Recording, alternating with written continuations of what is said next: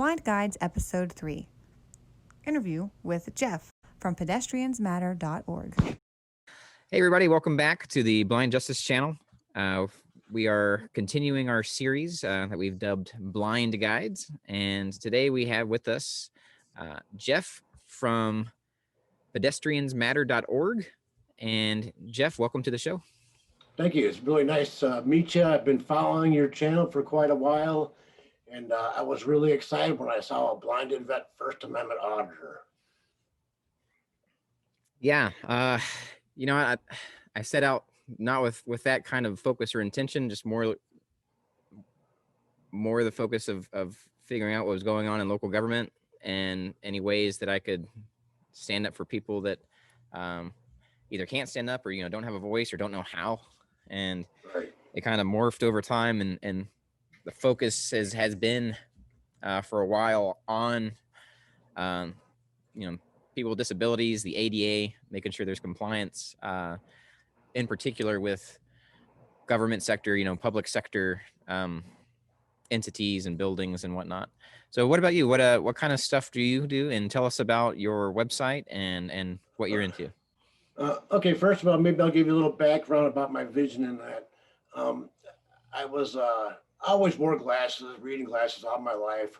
When I was in fourth or fifth grade, I had to wear a patch on one of my lenses for a year. But then I joined the military at 19. I was a yeoman in the Navy for 12 years. And during the time, my vision started getting worse. And by the time I got out, I was using a magnifying glass to read, then I would type. At one point on one of my deployments, I was exposed to a chemical agent that burned my eyes. And now the doctors say they see like little burn scar tissues in my retinas.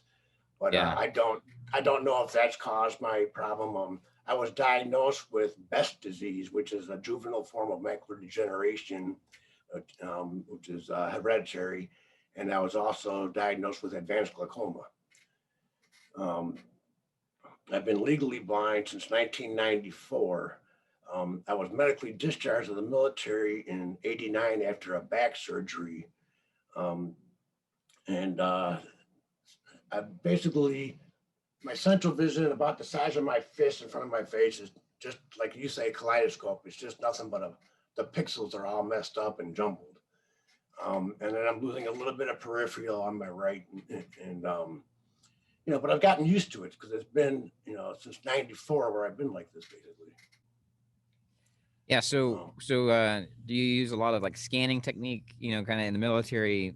We were taught like how the eyes work in low vision settings or low visibility, like at night, or you scan back and forth and let the periphery pick up most of what's going on. So do you use that? And somewhat, actually, what I do is I look a little bit above everything because my center of vision has kind of shifted after so many years because you're so used to changing in how you view things. So I kind of look above everything, and it's like I told you, I even ride a bicycle. Well, I got to the point where at first, I was using my blind cane, and I couldn't ride a bicycle or anything. But then after a while, when I got used to it, I got to the point where I didn't need to use my blind cane in familiar areas. Like Right. If I go to some place, like I've been to Amsterdam, I had to have my blind cane out there. It was just so much people going back and forth and whatnot. Yeah. When I was going to school, I used a type and speak that helped me taking notes. I also used what was called a low vision enhancement system. It was like a big virtual reality thing you wear on your head where you can zoom in to Okay. see the chalkboard. And that got me through college algebra because it was really hard to do algebra without seeing the chalkboard. I bet.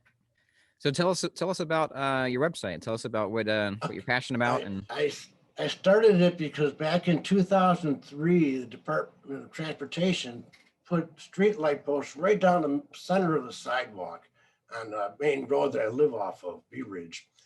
And that's a road with no bicycle lane. So it's got a lot of traffic on the sidewalk of bicyclists and pedestrians. And when people complain about it, the Department of Transportation would tell them that they can place the post anywhere on the sidewalk they want, as long as a standard wheelchair can get by the lamppost. Yeah. Well, they told that to a newscast back in 2005. But immediately when they said that, I knew they were wrong and they were lying. They're trying to use the ADA to misrepresent it as the sole governing authority in the placement of posts.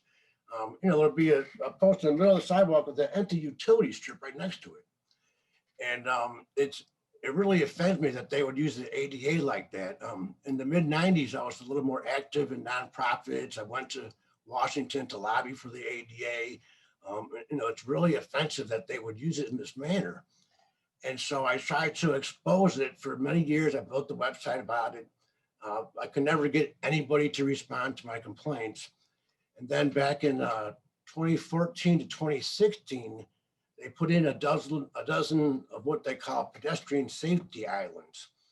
Now, these are unmarked mid-block crosswalks. Basically what it is, they put a wheelchair curb cut on the side of a busy road. I like to tweet out that they like disabled people in Florida so much they give wheelchair users access to jaywalking. All right, I've run into those like random little ramps in the middle of the road, not at an intersection. And right. And even it has some of them have the bumps to indicate like, hey, this is a crossing point.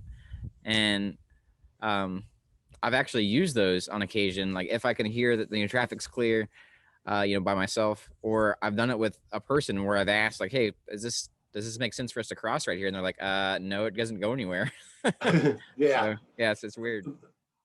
But so I was a yeoman in the Navy. I'm used to looking up regulations and things like that. And so I looked up the regulations for marked versus unmarked mid-block crosswalks. There's federal guidelines to this. Basically, they shouldn't be on multiple lane roads with 45-mile speed limits and with high traffic, like 60,000 people a day going by. So they're way out of line with any of their safety guidelines.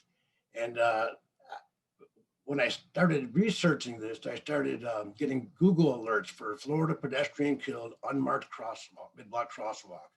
I noticed a pattern. That's what I put on my website here. I don't if behind me there's a picture of Jessica and Lilia. Now Jessica was pushing her little baby stroller with Lilia in there on Bayshore Boulevard, come across one of these unmarked mid-block crosswalk curb cuts, was killed, her and her baby. Then a while later, I read about Isabel, a 91-year-old that had a walker. She came across one of these unmarked curb cuts, tried to use it, was killed. And I read about Alexia, Sophia, and Natalie, all school children, same thing. They're being killed in these type of crosswalks. So my next step, I started doing public records requests to the Department of Transportation. I asked them how many people have been killed at these mid-block crosswalks in the last 20 years. They came back and said over 4,500. Now the criteria that I gave them means that all of those people were killed on crosswalks that violate safety guidelines. And they told me they would give me this data if I gave them $7,700 and some dollars. Well, I didn't want to do that. So instead I asked them, tell me how many people have just been killed in the unmarked mid-block crosswalks, which are basically misplaced wheelchair curb cuts. That's the only component. Right. And they came back and they said, we've only been tracking this since 2007. Now, since 2007 to 2019, 1,557 people have been killed in these type of crosswalks. And they said, they can give you that data for $2,000 some dollars. Wow. And I came back and I said, I don't want the crash report data. I just want the statistics, the data. I want to know. I said, I want to know how many were males and how many were females and how many were adults and children out of both the 4,500 and the 1,557. Yeah. Well, they came back and said, okay, I understand this. We can give you this data for $104.17. I said, great. So I sent them the check. They sent me back 150 random image files of crash reports. Absolutely made no sense. That's just their way of covering up. So I'm trying to expose this that, Now, Jeff, is this specifically for Florida that you've been investigating? Yeah, everything is what I studied is in Florida because that's where I live. And Florida is the most deadliest state in the nation as far as pedestrians and cyclists, and it's far above other states. Um, and I realized that they run about 25% more pedestrian deaths than other states. Wow. Well, about 25% of Florida deaths occur at these crosswalks that are non-safety compliant. And this Now, is the reason for it, because of them misrepresenting the ADA. yeah. So go into that a little bit. Just tell us how. Tell the viewer, the listener, how this is misrepresenting the ADA. How it is ADA fraud. Well, as far as the street lamppost in the middle of the sidewalk, they're misrepresenting the ADA as the sole governing authority in the placement of utilities. Well, utilities have been governed by FHWA clear zone standards and above ground utility structure placement standards for a long time, far before the ADA was around. Right. And so, they're claiming that the ADA is basically giving them the right to obstruct our sidewalk. Now, that's fraud. Normally, if you have a utilities right-of-way complaint, you would contact the utilities department of your municipality. They would relocate the utility because pedestrians have a right-of-way over utilities. Yeah. Now, when the utilities department refers these complaints to the civil rights department in order to misrepresent the ADA, that's called conspiracy to commit fraud. Yeah. Um, Yeah, it's crazy. The amount of cover up and just kind of lack of transparency is astounding, and I think people don't quite realize it. I think they want to believe that everything's on the up and up, and that maybe it's just a fluke. It's just a random thing whenever we expose there to be something that's a violation, and they don't realize how far and wide and rampant it actually is. Right.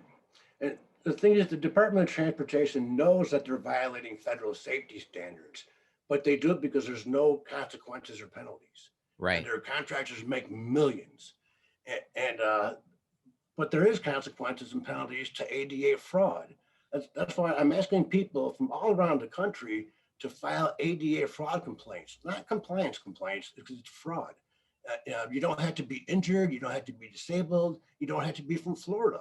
The ADA is a federal law. So what's that process?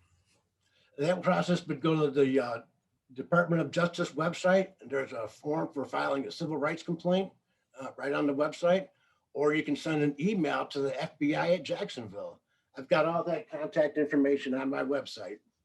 Okay, the website again, we're going to say this multiple times in the interview. The website again is pedestriansmatter.org.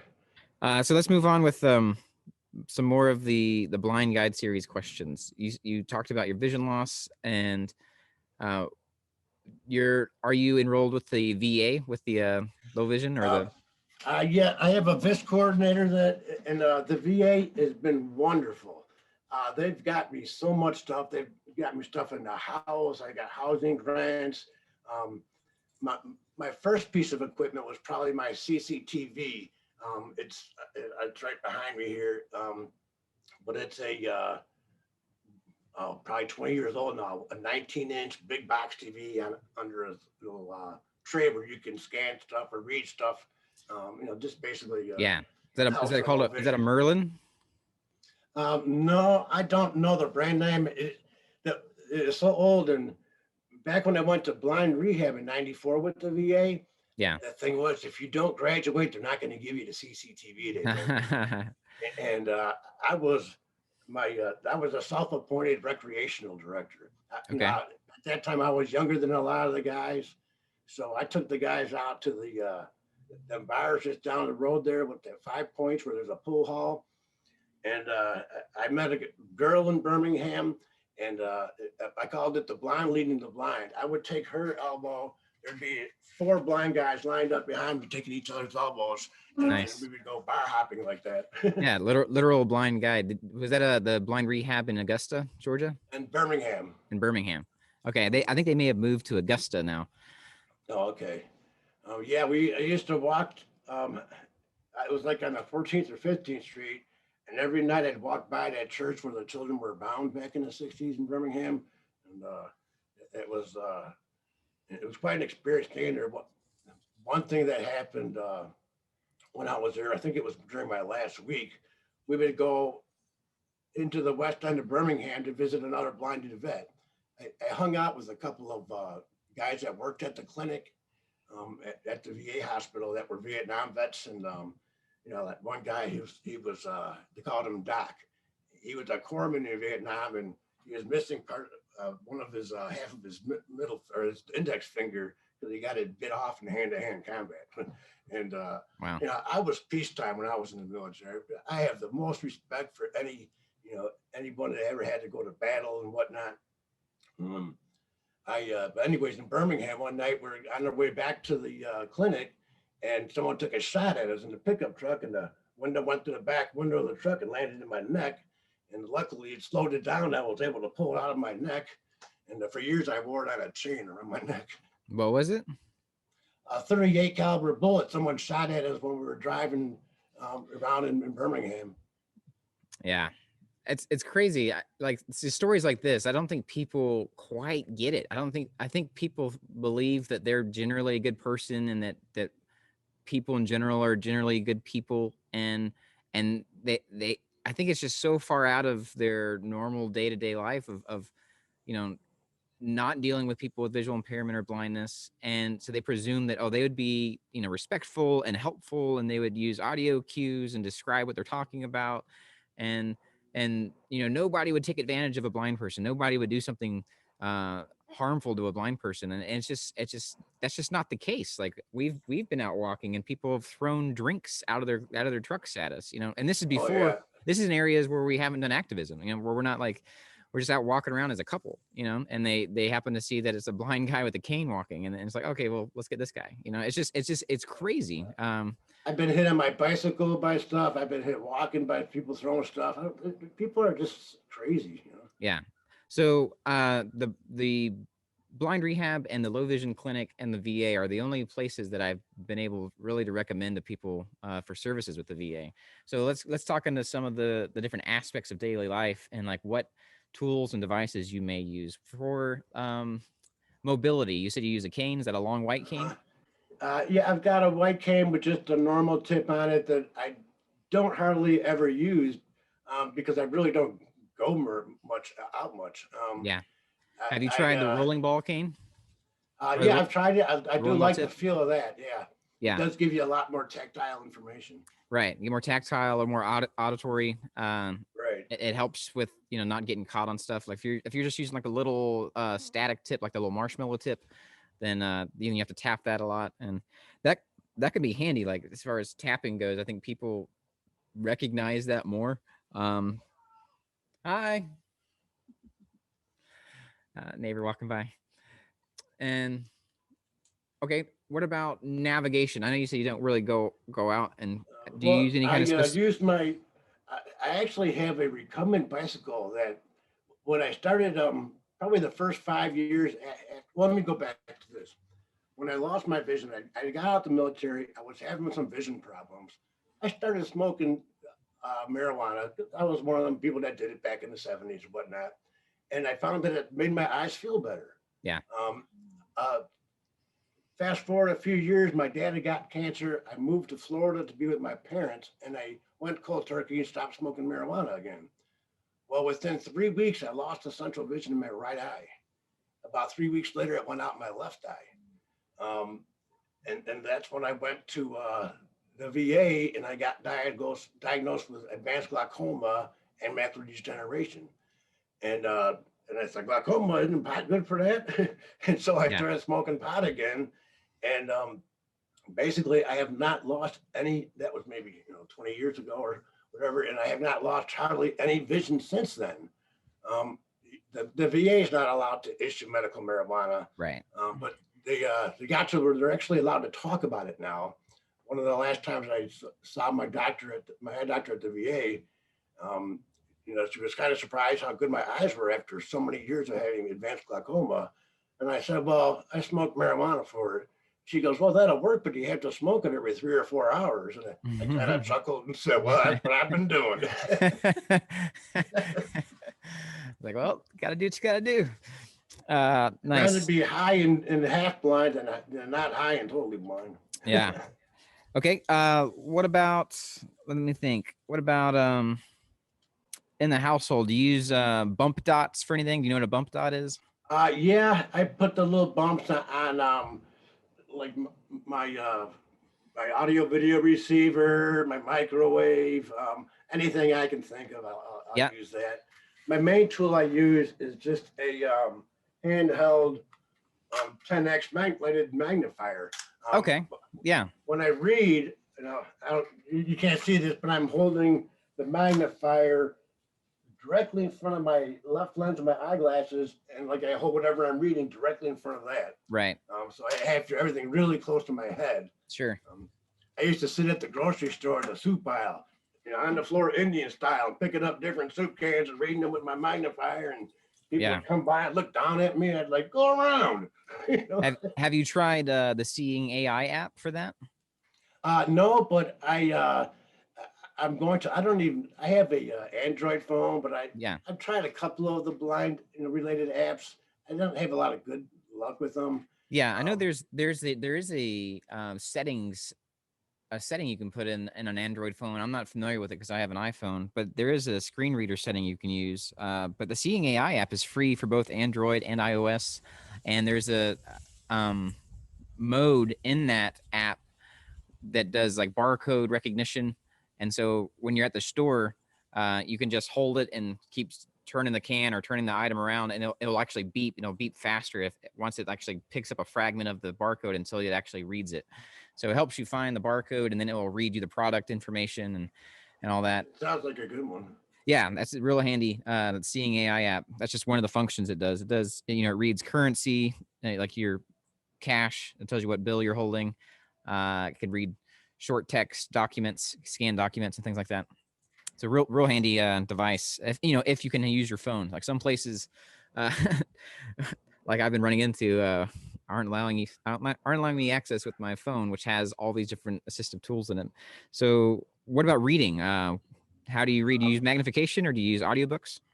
On my computer, I use Zoom text. I don't use the audio unless I'm have a really long file to read. Um, but I am really into Bard, Library of Congress, downloading books. I've downloaded probably 1,500 books in the last 10, 12 years. Yeah. I usually listen to about 2 books a week, almost all nonfiction. Yeah, so that's Bard, BARD, and it's like you said, it's the library. You say library. Yeah, the Bard, the library, Bard, BARD. They have a free app now and for both Android and iOS.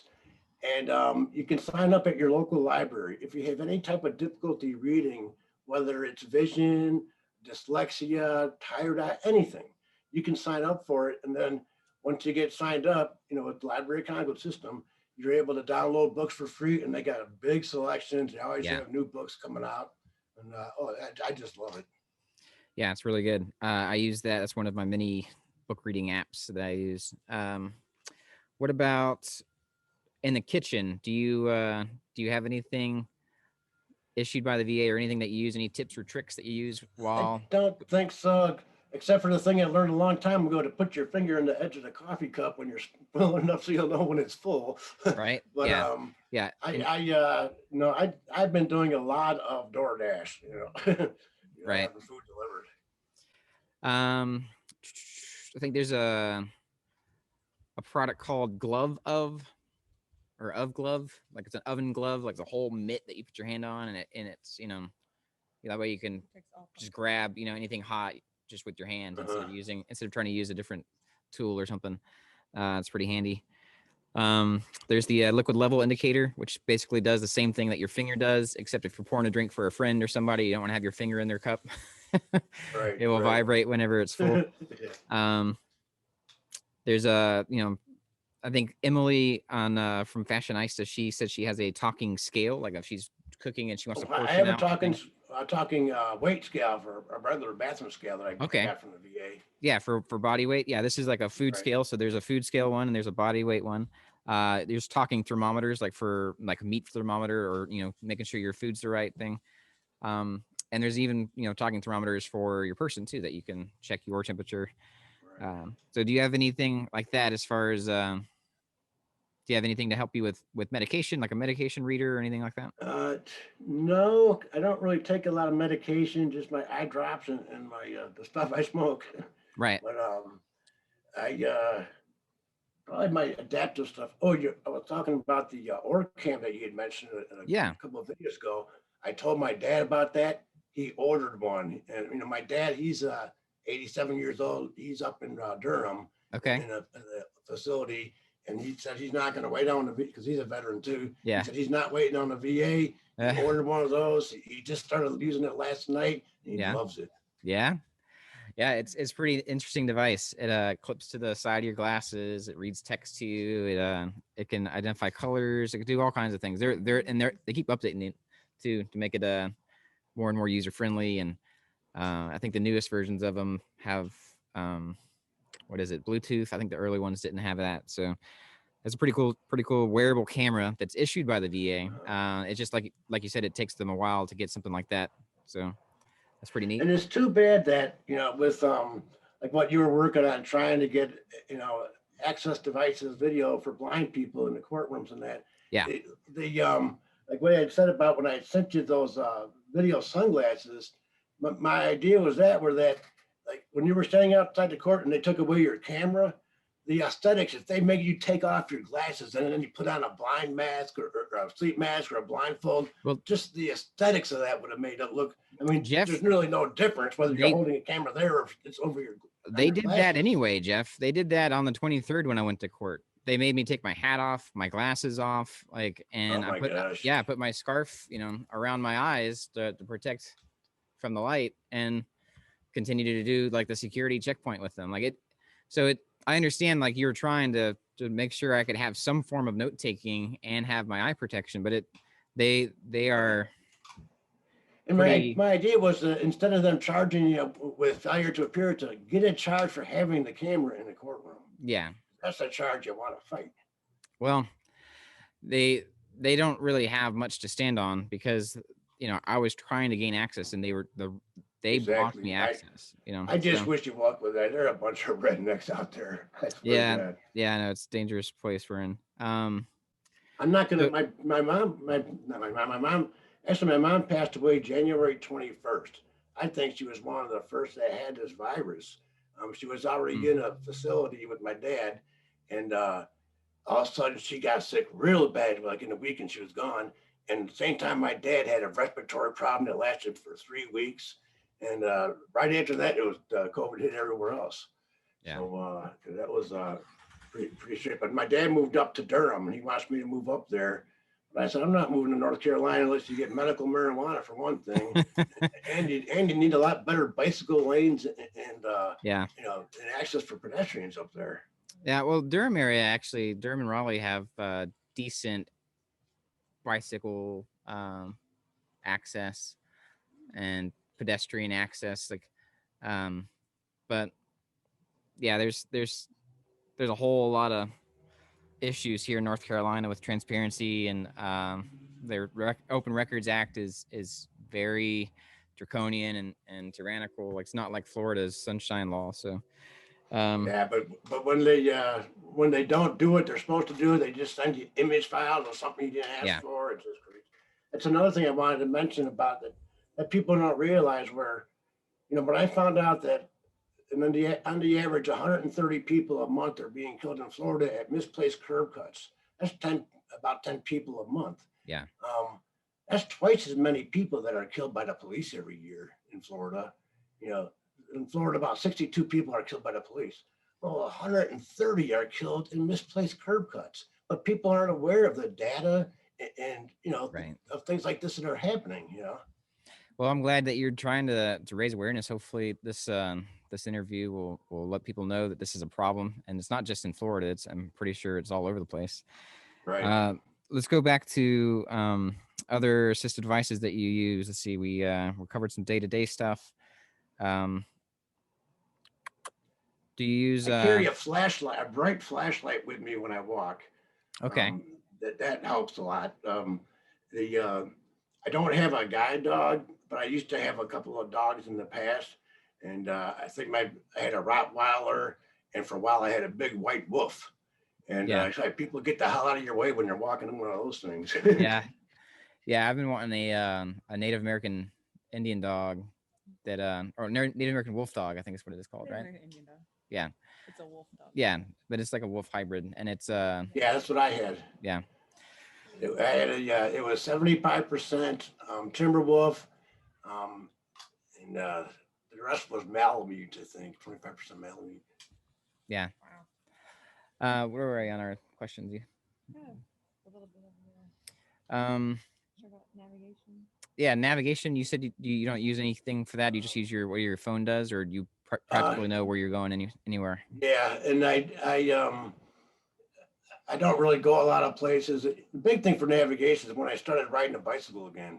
I mean, at first I would ride a regular sit-up bicycle, and I kept hitting my head on low-hanging branches. I wouldn't see them fast enough to duck. Yeah.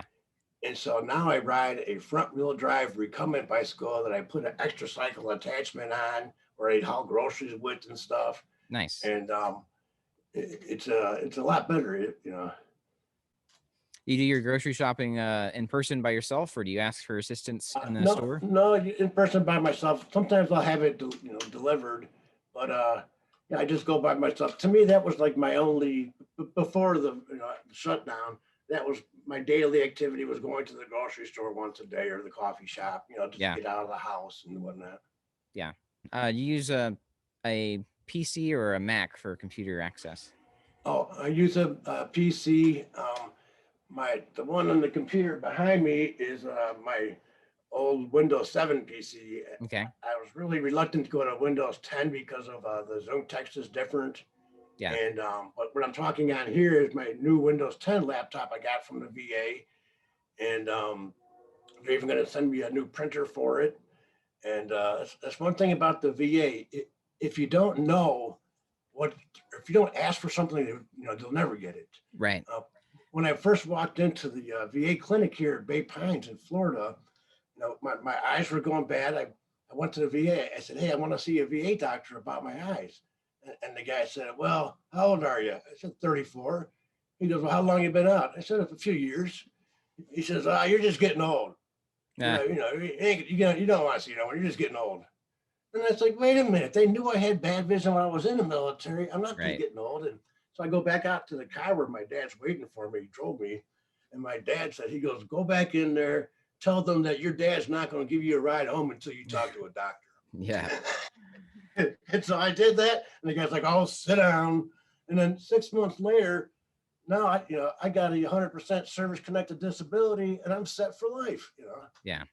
So you have you hear about something, whether it be through somebody like me or through another veteran or word of mouth, or you hear about a different device or tool that you're like, "Oh man, that could help me in my daily life," and then you reach out to your VIS coordinator at the VA and you say, "Hey, I want to try this out. I think this could help me out." And either they'll send somebody to or call somebody may call and do an evaluation over the phone, or they send somebody out to your house to do an eval or ask you to come in.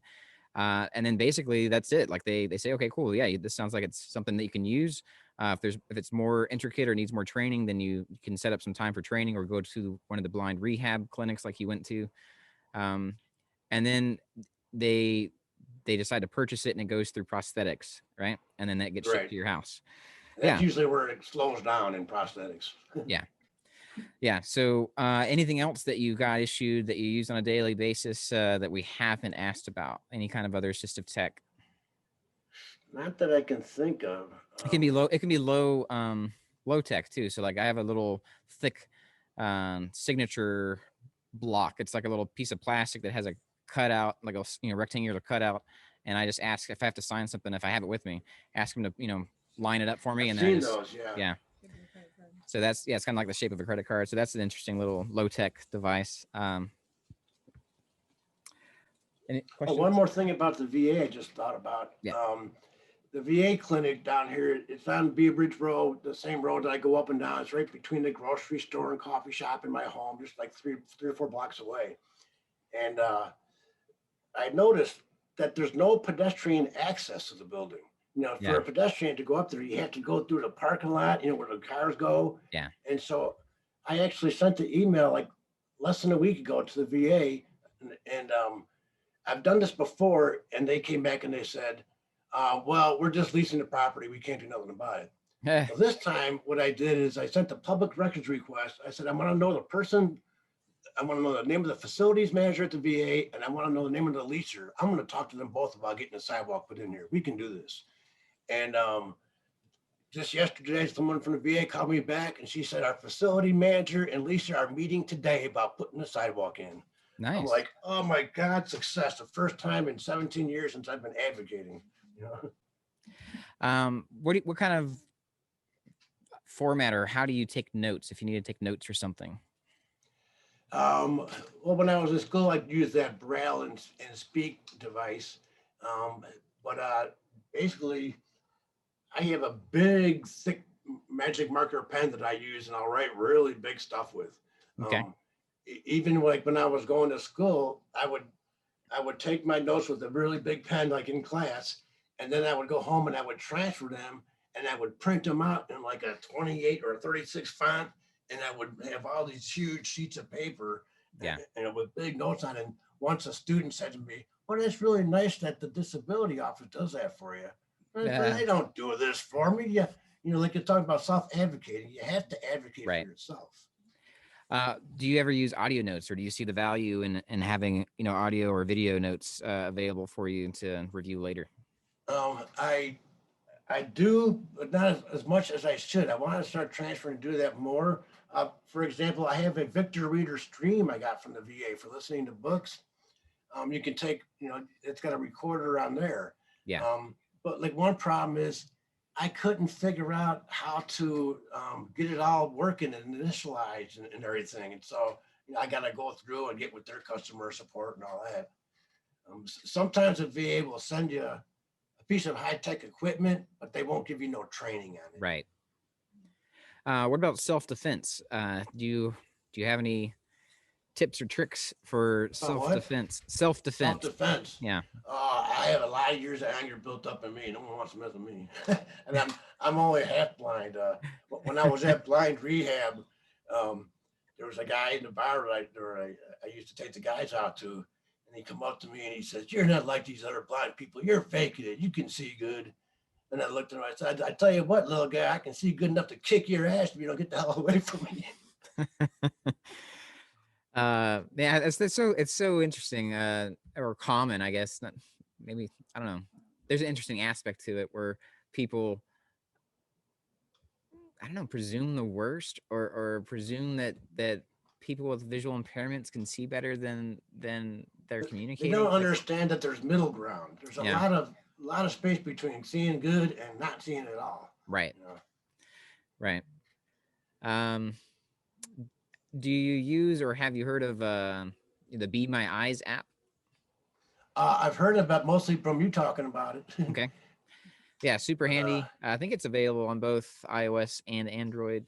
And it's basically you open it up, you start a call, it goes just to a person that can see a visual user, and then they look through your phone camera and help you find whatever it is you're trying to find. So if you're shopping and you don't want to have to like pull out your magnifying glass on all these different cans, you can just pull that up and they can help you find your item. Or if you drop something on the ground, or it's really, really handy.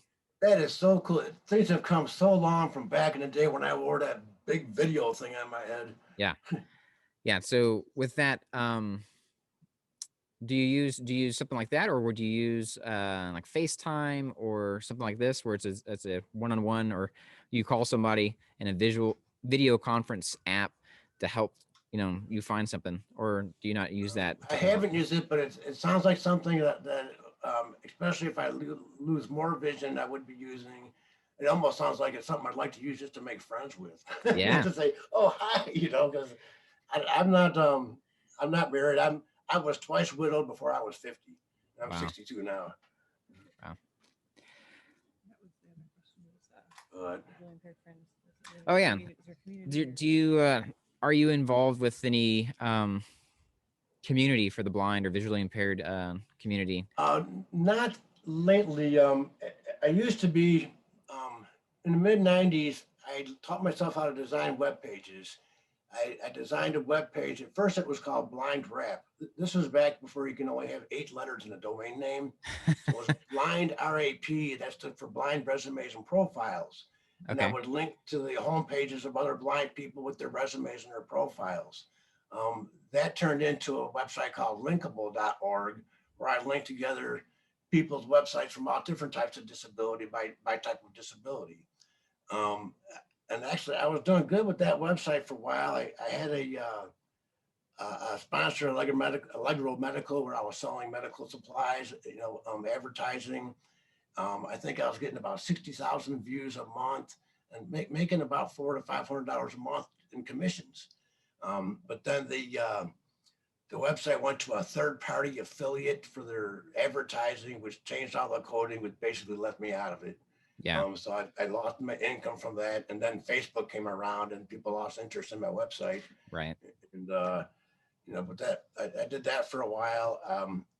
I went to Washington and lobbied, when they were trying to get the last of the ADA passed. If I'd like to recommend 2 good documentaries. One is called Crip Camp. That's about the passing of the first part of the ADA, where a bunch of disabled people back in the 60s were protesting. With the Black Panthers actually brought them food and stuff. Can you That's spell that? excellent. Crip Camp, CRIPCAMP. Okay. Crip Camp. Excellent documentary. And then another documentary about the ADA is called The Music Within. And that's about a veteran who helped get the second part of the ADA passed. Those are both excellent documentaries about the ADA, and people should check them out. All right. Thanks, Jeff. Let me think. Where are we? What about recreation? Have you done in the past, or do you do? I told you, medical marijuana. Like visually impaired specific, like any kind of sports or anything that you ever did?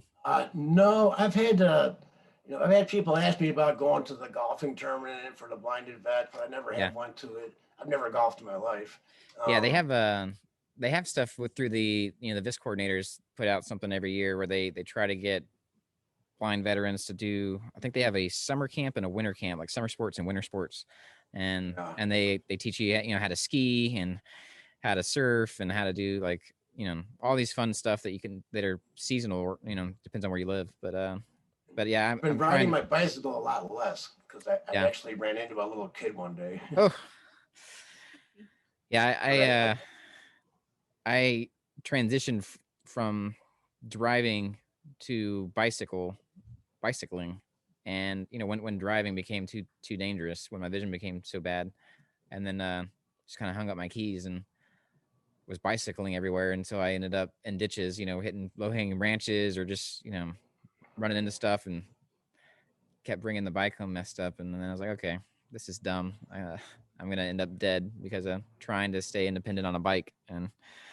but it sounds like you figured out a way to make that work for you. So that's awesome. Yeah, and also I have a couple of 7-foot, just about 72-inch TV screens, and I'll put my treadmill or my bicycle on a trainer right in front of it, and so I'll be like riding or running out anywhere in the world. That's really nice. All right. Do you got anything else, Mr. Justice? I talked about travel. Do you still do travel? Yeah. Do you do any more traveling around, or you kind of?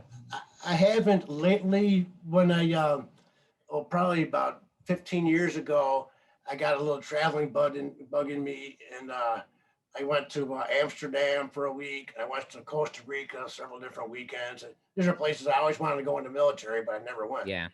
In the military, I was like in Iceland and Sicily and places like that. Well, did you? I guess I'll follow that. Did you retire from the Navy?